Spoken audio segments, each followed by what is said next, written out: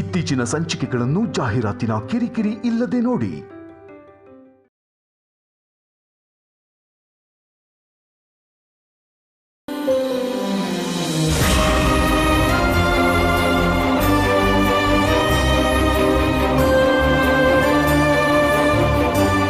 ಏನಂದ್ರೆ ಮಗು ನಿದ್ದೆ ಮಾಡ್ದ.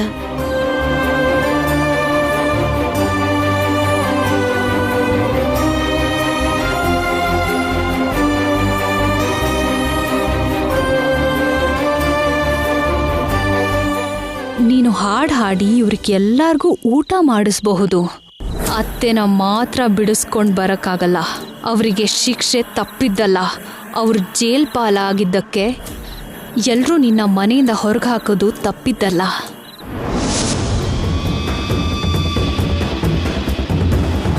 ಏನ್ ಶ್ಯಾಮ ನೀನು ಹೇಳೋದು? ಗೌರಮ್ಮ ರೂಪರಾಣಿ ಸ್ಟೇಷನಿಗೆ ಬಂದು ಮಮ್ಮಿನ ನೋಡ್ಕೊಂಡು ಹೋದ್ರಾ? ಹೌದು, ಬಂದಿದ್ರು.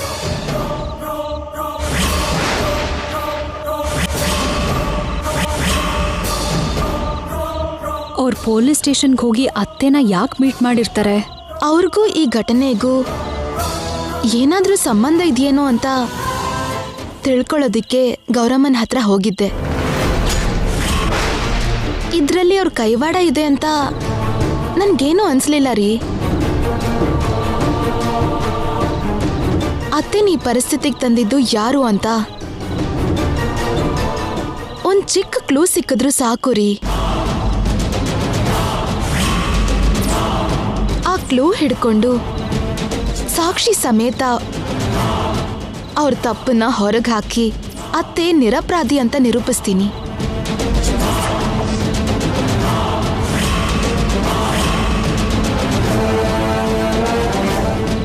ಮೋಸ ಮಾಡಿ ಅತ್ತೆನ ಅರೆಸ್ಟ್ ಮಾಡಿಸಿದವ್ರಿಗೆ ಸರಿಯಾದ ಶಿಕ್ಷೆ ಸಿಗೋ ಹಾಗೆ ಮಾಡ್ತೀನಿ.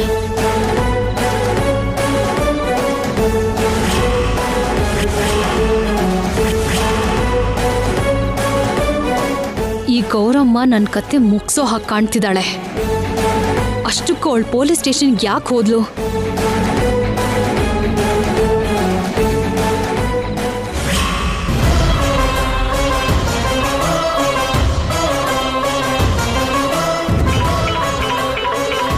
ಏನಿದು? ಐಶ್ವರ್ಯ ಈ ಟೈಮಲ್ಲಿ ಫೋನ್ ಮಾಡ್ತಾ ಇದ್ದಾಳೆ. ಶ್ಯಾಮನ್ನ ಹೊರಗೆ ಹಾಕಿದ್ರು ಅಂತ ಗುಡ್ ನ್ಯೂಸ್ ಹೇಳ್ತಾಳೇನೋ. ಮಾತಾಡು ಮಾತಾಡು. ಹಲೋ, ಬುದ್ಧಿ ಇದೆಯಾ ನಿಮ್ಗೆ? ಸ್ವಲ್ಪನಾದ್ರೂ ಕಾಮನ್ ಸೆನ್ಸ್ ಇದೆಯಾ? ಯಾಕೆ ಐಶ್ವರ್ಯ ಹೀಗೆಲ್ಲ ಮಾತಾಡ್ತಿದ್ಯಾ? ನೀವು ಪೊಲೀಸ್ ಸ್ಟೇಷನ್ಗೆ ಹೋಗಿ ನನ್ನ ಅತ್ತೆನ ಮೀಟ್ ಮಾಡಿದ್ರಂತಲ್ಲ. ಅಂದ್ರೆ ಅದು ಆವತ್ತು ನಮ್ಮನ್ನ ಮನೆಯಿಂದ ಹೊರಗೆ ಹಾಕಿ ನಿಮ್ಮತ್ತೆ ನಮ್ಗೆ ಅವಮಾನ ಮಾಡಿದ್ರಲ್ಲ. ಅವಮಾನ ಮಾಡಿದ್ರೆ ಈಗ ಅವರು ಪೊಲೀಸ್ ಸ್ಟೇಷನಲ್ಲಿ ಇರೋದಕ್ಕೆ ಅವ್ರಿಗೆ ಎಷ್ಟು ಅವಮಾನ ಆಗಿದ್ಯೋ ಅಂತ ನೋಡೋದಕ್ಕೆ ಹಾಗೆ ನೋಡ್ಕೊಂಡ್ ಬರೋಣ ಅಂತ ಹೋಗಿದ್ದೆ. ಪಡ್ಕೋಬೇಕು ನಿಮ್ ಬುದ್ಧಿಗೆ. ನೀವ್ ಅಲ್ಲಿಗೆ ಹೋಗಿದ್ರಿಂದಾನೇ ಶ್ಯಾಮಗೆ ನಿಮ್ ಮೇಲೆ ಅನುಮಾನ ಬಂದಿದೆ ಗೊತ್ತಾ? ನಿಮ್ ಮೇಲೆ ಅನುಮಾನ ಬಂದ್ರೆ ಆಟೋಮೆಟಿಕ್ ಆಗಿ ನನ್ ಮೇಲೆ ಕೂಡ ಅನುಮಾನ ಬರೋ ಚಾನ್ಸ್ ಇದೆ. ಆ ಅನುಮಾನ ಕಳಿಯೋದಕ್ಕೆ ಅವಳು ಇನ್ವೆಸ್ಟಿಗೇಷನ್ ಶುರು ಮಾಡಿದ್ಲು ಅಂದ್ರೆ ನನ್ ಬಂಡಾರ ಪೂರ್ತಿ ಹೊರಗೆ ಬರುತ್ತೆ. ನಾವು ಹೋಗಿ ಜೈಲ್ ಪಾಲಾಗ್ತೀವಿ. ಇನ್ಯಾವತ್ತೂ ನನಗೆ ಹೇಳ್ದೆ ಈ ಥರ ಕೆಲಸ ಮಾಡಬಾರ್ದು. ಅರ್ಥ ಆಯ್ತಾ? ಓಕೆ ಐಶ್ವರ್ಯ. ಇದೇನ್ ಮಮ್ಮಿ, ವಿಷಯ ಹೊರಗೆ ಬಂದ್ರೆ ನಾವು ಕೂಡ ಜೈಲಿಗೆ ಹೋಗ್ಬೇಕಾ? ನಾವ್ಯಾಕೆ ಜೈಲಿಗೆ ಹೋಗ್ತೀವಿ? ಆ ಪ್ಲಾನ್ ಮಾಡಿದ್ದು, ಅವ್ರ ಹತ್ರ ಮಾತಾಡಿದ್ದು, ಫ್ಯಾಕ್ಟ್ರಿಲಿ ಬೆರ್ಕೆ ಮಾಡಿದ್ದು ಎಲ್ಲ ಐಶ್ವರ್ಯನೇ ಅಲ್ವಾ? ಅವಳೊಬ್ಳೆ ಹೋಗ್ತಾಳೆ ಜೈಲಿಗೆ.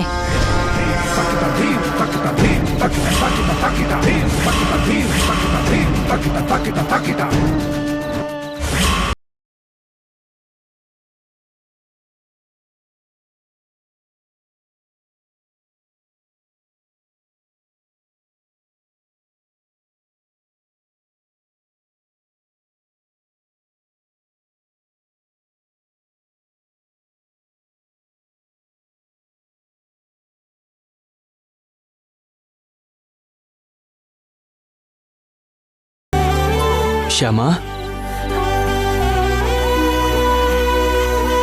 ಇದೇನ್ರಿ ನೀವ್ಯಾಕೆ ತಂದಿದ್ದೀರಾ? ನೀನು ಊಟ ಮಾಡಿಲ್ವಲ್ಲ ಶ್ಯಾಮ, ಅದಕ್ಕೆ. ನನ್ಗೆ ಯಾಕೋ ಹಸುವಾಗ್ತಿಲ್ಲ ರೀ, ಆಮೇಲೆ ತಿಂತೀನಿ. ಆಮೇಲೆ ನೀನು ತಿನ್ನಲ್ಲ. ನಿನ್ ಬಗ್ಗೆ ನನಗೆ ಗೊತ್ತಿಲ್ವಾ? ತಿನ್ನು. ನನ್ಗೆ ಊಟ ಮಾಡಬೇಕು ಅಂತ ಅನ್ಸ್ತಾ ಇಲ್ಲ ರೀ.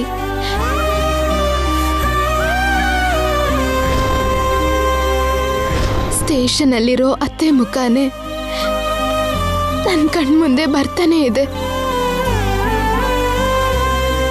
ಅತ್ತೆನ ಆ ಪರಿಸ್ಥಿತಿಯಲ್ಲಿ ನೋಡ್ತಾ ಇದ್ರೆ ನಂಗೆ ತಿನ್ನಕ್ಕಾಗಲ್ಲ ರೀ, ಆಗಲ್ಲ. ಮನೇಲಿ ಎಲ್ರ ಪರಿಸ್ಥಿತಿ ಅದೇ ಅಲ್ವಾ ಶ್ಯಾಮ? ಅಷ್ಟಕ್ಕೂ ಮನೇಲಿ ಎಲ್ರಿಗೂ ನೀನ್ ಬುದ್ಧಿ ಹೇಳಿ ಎಲ್ರಿಗೂ ಊಟ ಮಾಡಿಸ್ದೆ ತಾನೆ? ಹಾಗೆ ಎಲ್ರಿಗೂ ತಿನ್ಸಿರೋ ನೀನು ಹಸ್ಕೊಂಡಿರ್ತೀನಿ ಅಂದ್ರೆ ಹೇಗೆ ಹೇಳು? ನೋಡು ಎಷ್ಟು ಸುಸ್ತಾಗಿದ್ಯಾ. ಊಟ ಮಾಡಿದ್ರೇನೆ ಸುಸ್ತು ಹೋಗೋದು, ಸುಸ್ತು ಹೋದ್ರೇನೆ ಬ್ರೈನ್ ಶಾರ್ಪಾಗಿ ಕೆಲಸ ಮಾಡೋದು. ಬ್ರೈನ್ ಶಾರ್ಪಾಗಿ ಕೆಲಸ ಮಾಡಿದ್ರೇನೆ ಮಮ್ಮಿನ ಹೇಗೆ ಹೊರಗಡೆ ಕರ್ಸೋದು ಅಂತ ಕರೆಕ್ಟಾಗಿ ಯೋಚನೆ ಮಾಡ್ಬೋದು. ಅದಕ್ಕೋಸ್ಕರ ಆದರೂ ನೀನು ತಿನ್ಬೇಕಲ್ವಾ? ನಾನು ಕಲ್ಸ್ಕೊಡ್ತೀನಿ, ತಿನ್ನು.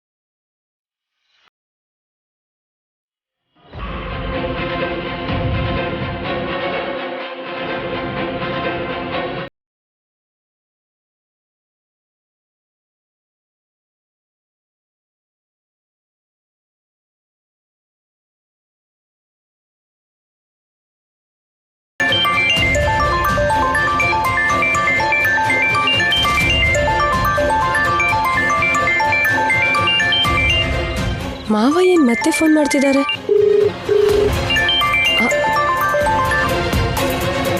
ಹಲೋ ಮಾವ. ಅಮ್ಮ ವೈದೇಹಿ, ನಿಮ್ಮ ಅತ್ತೆಗಿನ್ನು ತಲೆನೋವು ಕಡಿಮೆ ಆಗಿಲ್ವೇನಮ್ಮ? ಅಂದ್ರೆ ಅದು ತಲೆನೋವು. ಅತ್ತೆ ಫೋನಲ್ಲಿ ಏನ್ ಹೇಳಿದ್ರು ಏನೋ. ಯಾಕಮ್ಮ ಏನು ಮಾತಾಡ್ತಾ ಇಲ್ಲ? ನಿಮ್ಮ ಅತ್ತೆಗಿನ್ನು ತಲೆನೋವು ಹೋಗಿಲ್ವಾ? ಅತ್ತೆನೇ ನಿಮಗೆ ಫೋನ್ ಮಾಡ್ತೀನಿ ಅಂದಿದ್ರು, ಮಾಡಿದ್ರಾ? ಮಾಡಿದ್ಲಮ್ಮ, ಮಧ್ಯಾಹ್ನ ಮಾಡಿದ್ಲು. ತಲೆನೋವು ಹೋಯ್ತು ಅಂತ ಹೇಳಿದ್ರ? ಅಂತ ತಲೆನೋವುಗಳು ಬರ್ತಾ ಇರುತ್ತೆ ಹೋಗ್ತಾ ಇರುತ್ತೆ ಅಂದ್ಲು. ಅವಳು ಮಾತಾಡಿದ್ ನೋಡಿದ್ರೆ ಅವಳ ತಲೆನೋವು ಇನ್ನೂ ಕಡಿಮೆ ಆಗಿಲ್ಲ ಅನ್ಸ್ತಿದೆ. ಈಗ ಹೇಗಿದೆ ನಿಮ್ಮ ಅತ್ತೆಗೆ? ಈಗ ಅಂದ್ರೆ ಅದು ಅತ್ತೆ ಆರಾಮಾಗಿದ್ದಾರೆ ಮಾಮ, ಆರಾಮಾಗಿದ್ದಾರೆ. ಒಂದ್ ಸ್ವಲ್ಪ ಅವಳಿಗೆ ಫೋನ್ ಕೊಡಮ್ಮ. ಫೋನಾ? ಅಂದ್ರೆ ಅದು ಅತ್ತೆ ಈಗ ಮಲ್ಗಿದ್ದಾರೆ ಮಾಮ. ಆಗ್ಲೇ ಮಲಗ್ಬಿಟ್ಲಾ? ಹಾ ಹೌದು ಮಾಮ, ಮಲ್ಗಿದ್ದಾರೆ. ಓಹೋ, ಅಂದ್ರೆ ತಲೆನೋವಿನೂ ಕಮ್ಮಿ ಆಗಿಲ್ಲ ಅಂತ ಆಯ್ತು. ಹಾ ಹೌದು ಮಾಮ, ಹೌದು. ಹಾ ಅಮ್ಮ ವೈದೇಹಿ, ಅವಳಿಗೆ ಬರೀ ತಲೆನೋವಾ ಅಥವಾ ಇನ್ನೇನಾದ್ರೂ ಪ್ರಾಬ್ಲಮ್ ಇದೆಯಾ? ಪ್ರಾಬ್ಲಮ್ಮಾ? ಅಯ್ಯೋ, ಇನ್ನೇನು ಪ್ರಾಬ್ಲಮ್ ಇಲ್ಲ ಮಾಮ, ಇನ್ನೇನು ಪ್ರಾಬ್ಲಮ್ ಇಲ್ಲ. ತಲೆನೋವು ಒಂದೇ ಪ್ರಾಬ್ಲಮ್. ಓಕೆನಮ್ಮ, ನಾಳೆ ಮಾತಾಡ್ತೀನಿ ನಿಮ್ಮ ಅತ್ತೆ ಹತ್ರ, ಬಿಡು. ಇಡ್ತೀನಮ್ಮ. ಹಾ ಸರಿ ಮಾಮ, ಸರಿ ಆಯ್ತು.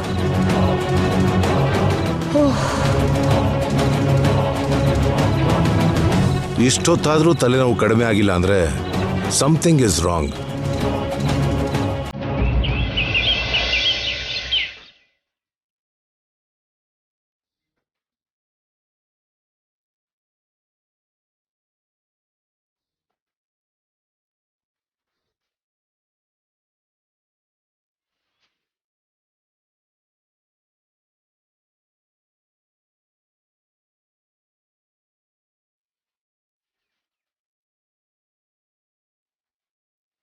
ತಾಯಿ ತುಳಸಿ ಮಾತೆ, ನನ್ನ ಅತ್ತೆ ಪ್ರತಿದಿನ ನಿಂಗೆ ಪೂಜೆ ಮಾಡ್ತಾರೆ.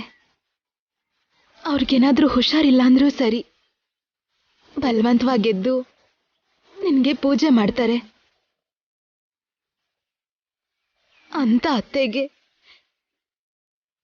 ಇಂಥ ಪರಿಸ್ಥಿತಿ ಬಂತಲ್ಲ ತಾಯಿ. ನಿನ್ನ ಪ್ರತಿದಿನ ಪೂಜಿಸೋ ಆ ಭಕ್ತೆನ ಕಾಪಾಡಬೇಕಾದ ಕರ್ತವ್ಯ ನಿಂದೆ ತಾಯಿ. ನನ್ನ ಅತ್ತೆ ಈ ಆರೋಪದಿಂದ ಹೊರಗೆ ಬಂದು ನಿರಪರಾಧಿಯಾಗಿ ಹೊರಗೆ ಬರೋ ದಾರಿನ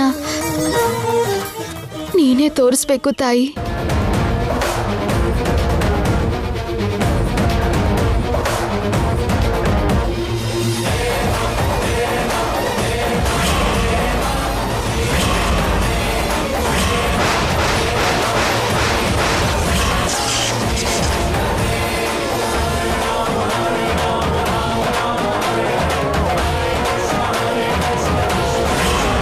ತೋರಿಸ್ದೆ ತಾಯಿ, ದಾರಿ ತೋರಿಸ್ದೆ.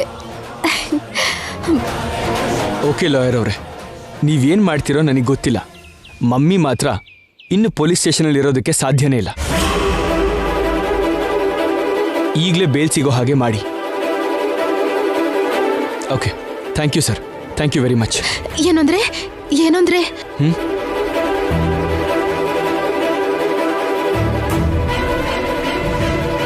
ಏನಂದ್ರೆ ಏನ್ ಶ್ಯಾಮ? ನಿಜವಾದ ಅಪರಾಧಿನ ಹಿಡಿದು ಅತ್ತೆನ ಕಾಪಾಡೋ ದಾರಿ ನಮಗ್ ಸಿಕ್ತು ರೀ. ಹೌದಾ? ಏನ ದಾರಿ?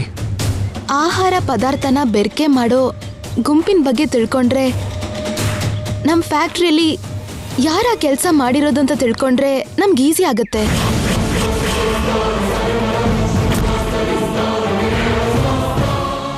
ಫುಡ್ ಇನ್ಸ್ಪೆಕ್ಟರ್ ಯಾರಾದ್ರೂ ನಿಮಗೆ ಗೊತ್ತಿರೋರಿದ್ದಾರಾ? ಕಮಿಷನರ್ ಅವರೇ ನನಗೆ ಚೆನ್ನಾಗಿ ಗೊತ್ತು. ಅವ್ರಿಗೆ ಫೋನ್ ಮಾಡಿದ್ರೆ ಅಡಲ್ಟ್ರೇಷನ್ ಗ್ಯಾಂಗ್ ಬಗ್ಗೆ ವಿವರ ಕೊಡ್ತಾರೆ.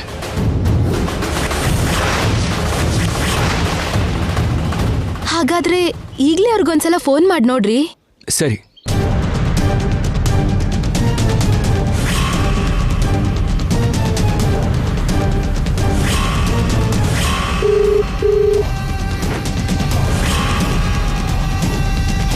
ಹಲೋ, ನಮಸ್ತೆ ಸರ್. ನಮಸ್ತೆ ಅಖಿಲ್ ಅವರೇ. ನಾನು ಕೇಳಿದ್ದು ನಿಜನಾ? ಹೌದು ಸರ್, ನಮ್ಮ ಕಂಪನಿ ಮೇಲೆ ಬೇಕು ಅಂತಾನೆ ಯಾರೋ ಪ್ಲ್ಯಾನ್ ಮಾಡಿ ಕೇಸಲ್ಲಿ ಸಿಕ್ಕಿಸಿದ್ದಾರೆ. ಅದರಿಂದ ಹೊರಗಡೆ ಬರೋದಕ್ಕೆ ನಿಮ್ಮ ಹೆಲ್ಪ್ ಬೇಕು ಸರ್. ಹೇಳಿ ಸರ್, ನಾನೇನು ಮಾಡಬೇಕು?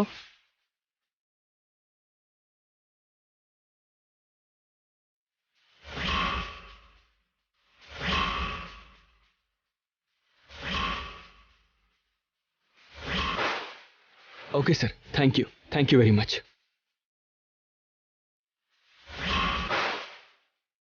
ಕಮಿಷನರ್ ಏನ್ ಹೇಳಿದ್ರು? ಸಿಟಿಲಿ ಅಡಲ್ಟ್ರಿ ಮಾಡೋ ಗ್ಯಾಂಗು ಒಂದು 5-6 ಇದೆಯಂತೆ. ಆ ಡೀಟೇಲ್ಸ್ ಎಲ್ಲ ಕಳಿಸ್ತೀನಿ ಅಂದ್ರು. ಖಂಡಿತ ಆ ಗ್ಯಾಂಗಲ್ಲಿರೋರೆ ನಮ್ಮ ಫ್ಯಾಕ್ಟ್ರಿಗೂ ಬಂದು ಬೆರಕೆ ಮಾಡಿರ್ತಾರೆ.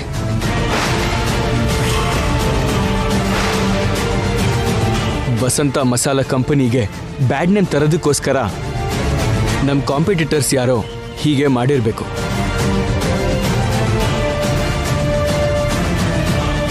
ಅವ್ರು ಯಾರು ಅಂತ ತಿಳ್ಕೊಂಡು ಅವ್ರಿಗೆ ಸರಿಯಾದ ಶಿಕ್ಷೆ ಆಗೋ ಹಾಗೆ ಮಾಡಬೇಕು.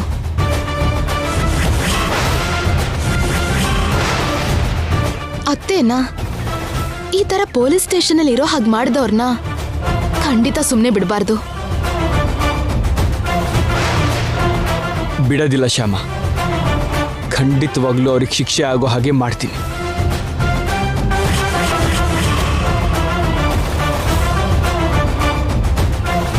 ಹೀಗೆ ಬೆರಕೆ ಮಾಡೋರಿಗೆ ಶಿಕ್ಷೆ ತುಂಬಾ ಕಷ್ಟವಾಗಿರುತ್ತಂತೆ. ಬೆರಕೆಗೆ ವಸ್ತುಗಳನ್ನ ಮಾರೋರಿಗೆ 6 ತಿಂಗಳ ತನಕ ಜೈಲ್ ಶಿಕ್ಷೆ ಜೊತೆಗೆ ಸ್ವಲ್ಪ ಫೈನ್ ಕೂಡ ಹಾಕ್ತಿದ್ರಂತೆ ಮೊದಲು. 2015ನಲ್ಲಿ ಪಾರ್ಲಿಮೆಂಟಲ್ಲಿ ಹೊಸ ಬಿಲ್ ಪಾಸ್ ಮಾಡಿ IPC ಸೆಕ್ಷನ್ 272, 273ಗೆ ಅಮೆಂಡ್ಮೆಂಟ್ ಮಾಡಿದ್ರಂತೆ. ಆ ಅಮೆಂಡ್ಮೆಂಟ್ ಪ್ರಕಾರ ಬೆರ್ಕೆ ಮಾಡೋವ್ರಿಗೆ, ಅದಕ್ಕೆ ವಸ್ತುಗಳನ್ನ ಮಾರಿದವ್ರಿಗೆ ಆಜೀವ ಕಾರಾಗೃಹ ಶಿಕ್ಷೆ ಜೊತೆಗೆ 50 ಲಕ್ಷ ಫೈನ್ ಕೂಡ ಹಾಕ್ತಾರಂತೆ. ಆ ಡೀಟೇಲ್ಸ್ ಎಲ್ಲದನ್ನು ಈಗಷ್ಟೇ ಕಮಿಷನರ್ ಹೇಳಿದ್ರು.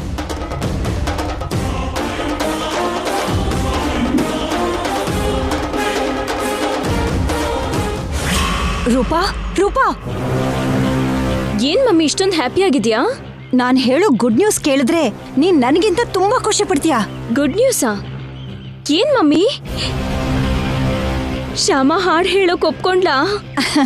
ಅದಕ್ಕಿಂತ ದೊಡ್ಡ ಗುಡ್ ನ್ಯೂಸ್ ಇದು. ಹೌದಾ? ಏನದು? ಆದಿತ್ಯನ ಅಪ್ಪ ಇವಾಗ ತಾನೇ ನನಗೆ ಕಾಲ್ ಮಾಡಿದ್ರು. ಆಷಾಢ ಮಾಸ ಕಳಿತಿದ್ದ ಹಾಗೆ ಮದ್ವೆಗೆ ಮುಹೂರ್ತ ಇಟ್ಬಿಡೋಣ ಅಂದ್ರು. ಹೌದಾ? ಎಂತ ಗುಡ್ ನ್ಯೂಸ್ ಹೇಳ್ದೆ ಮಮ್ಮಿ. ಮಮ್ಮಿ, ನನ್ಗೊಂದ್ ಚಿಕ್ಕ ಡೌಟ್ ಇದೆ. ಏನು? ಮದ್ವೆ ಆಗೋಕ್ಕೂ ಮುಂಚೆ ನಾನ್ ಸಿಂಗರ್ ಅಲ್ಲ ಅಂತ ಆದಿತ್ಯ ಅವ್ರಿಗೆ ಗೊತ್ತಾದ್ರೆ? ಗೊತ್ತಾಗದೇ ಇರೋ ಹಾಗೆ ನಾವು ಮ್ಯಾನೇಜ್ ಮಾಡೋಣ. ಒಂದ್ ವೇಳೆ ನಾಳೆ ಮದ್ವೆ ಆದ್ಮೇಲೆ ಗೊತ್ತಾದ್ರೆ? ಮದ್ವೆ ಆದ್ಮೇಲೆ ಗೊತ್ತಾದ್ರೆ ಪ್ರಾಬ್ಲಮ್ಮೇ ಇರಲ್ಲ. ಲೀಗಲ್ ಆಗಿ ನೀನು ಅವ್ರ ಮನೆ ಸೊಸೆ ಆಗೋಗಿರ್ತೀಯ. ಆಗ ನಿನ್ನನ್ನ ಯಾರು ಏನು ಮಾಡಕ್ಕಾಗಲ್ಲ. ಅಂದ್ರೆ ನಾವಿನ್ ಶ್ಯಾಮನ್ನ ಬೇಡ್ಕೊಳ್ಳೋ ಅವಶ್ಯಕತೆ ಇಲ್ಲ. ಖಂಡಿತ ಇಲ್ಲ.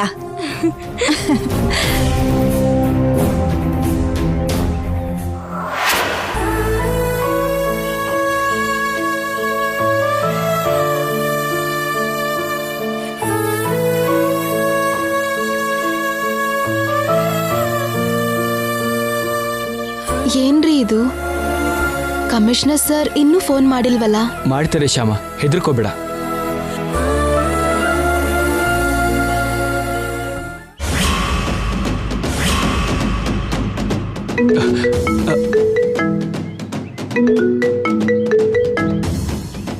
ಇಲ್ಲಿ ನೋಡು, ಕಮಿಷನರ್ ಸರೇ ಮಾಡ್ತಿದ್ದಾರೆ. Hello sir. ಹಲೋ ಅಖಿಲ್ ಅವರೇ, ಹೇಳಿ ಸರ್. ಹಾಗೆ ಬೆರಕೆ ಮಾಡೋ ಗ್ಯಾಂಗ್ಸ್ ಅಂದರೆ ಸಿಟಿಲಿ 7 ಗ್ಯಾಂಗ್ಸ್ ಇವೆ ಸರ್. ಆ 7 ಗ್ಯಾಂಗಲ್ಲಿರೋ ಮೆಂಬರ್ಸ್ಗೆ ಸಂಬಂಧಪಟ್ಟಿರೋ ಡೀಟೇಲ್ಸು ಅವ್ರ ಫೋಟೋಗಳನ್ನ ನಿಮಗೆ ಕಳಿಸೋದಕ್ಕೆ ನಮ್ಮ PAಗೆ ಹೇಳಿದ್ದೀನಿ ಸರ್.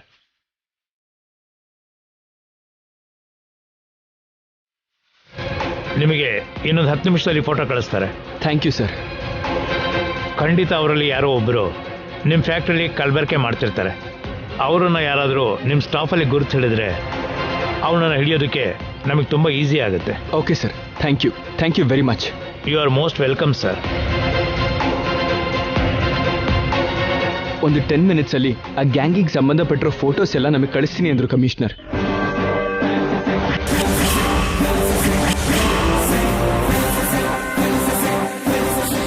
ಆ ಫೋಟೋನ ನೋಡಿ ನಮ್ಮ ಫ್ಯಾಕ್ಟ್ರಿಲಿ ಬೆರಕೆ ಮಾಡಿದವ್ರು ಯಾರೋ ನಾವು ಈಸಿಯಾಗಿ ಕಂಡು ಹಿಡಿಬೋದು.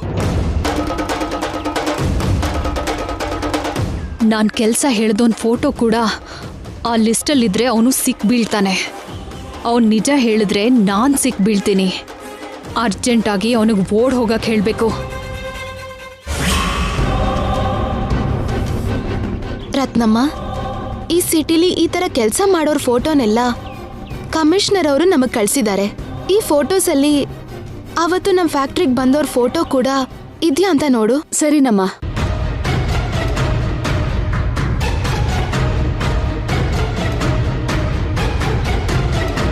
ಇವನಲ್ಲ,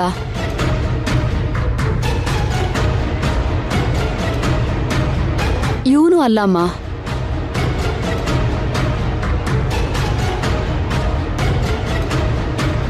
ಇವನು ಅಲ್ಲ.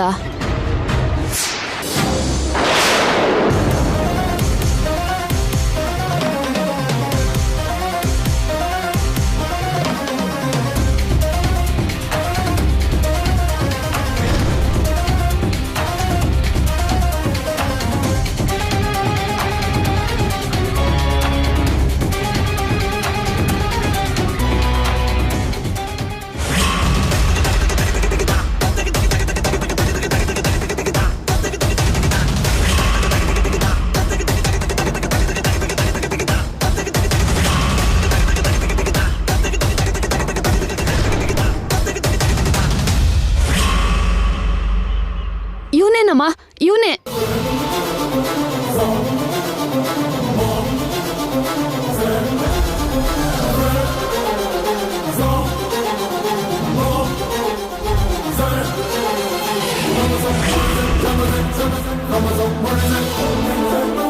ಅವನೇ ಸರ್, ಅವತ್ತು ಫ್ಯಾಕ್ಟ್ರಿಗೆ ಬಂದು ನನ್ನ ಹತ್ರ ಮಾತಾಡಿದ್ದು ಅವನೇನೆ. ಹಾಗಾದ್ರೆ ಖಂಡಿತ ನಮ್ಮ ಫ್ಯಾಕ್ಟ್ರಿಲಿ ಬೆರ್ಕೆ ಮಾಡಿದ್ದು ಇವನೇ ಅಂತಾಯ್ತು. ಇವನ್ನ ಹಿಡ್ಕೊಂಡ್ರೆ ನಮ್ಮ ಸಮಸ್ಯೆ ಮುಗಿಯತ್ತೆ. ಆದ್ರೆ ಈಗ ಇವನ ಅಡ್ರೆಸ್ ನಮ್ಗೆ ಹೇಗ್ ಸಿಗತ್ತೆ ರೀ? ಕಮಿಷನರ್ ಹತ್ರ ಮಾತಾಡಿದ್ರೆ ಈಸಿಯಾಗಿ ಗೊತ್ತಾಗತ್ತೆ. ಬಾ ಶ್ಯಾಮ. ಬರ್ತೀವಿ ರತ್ನಮ್ಮ. ಸರಿನಮ್ಮ.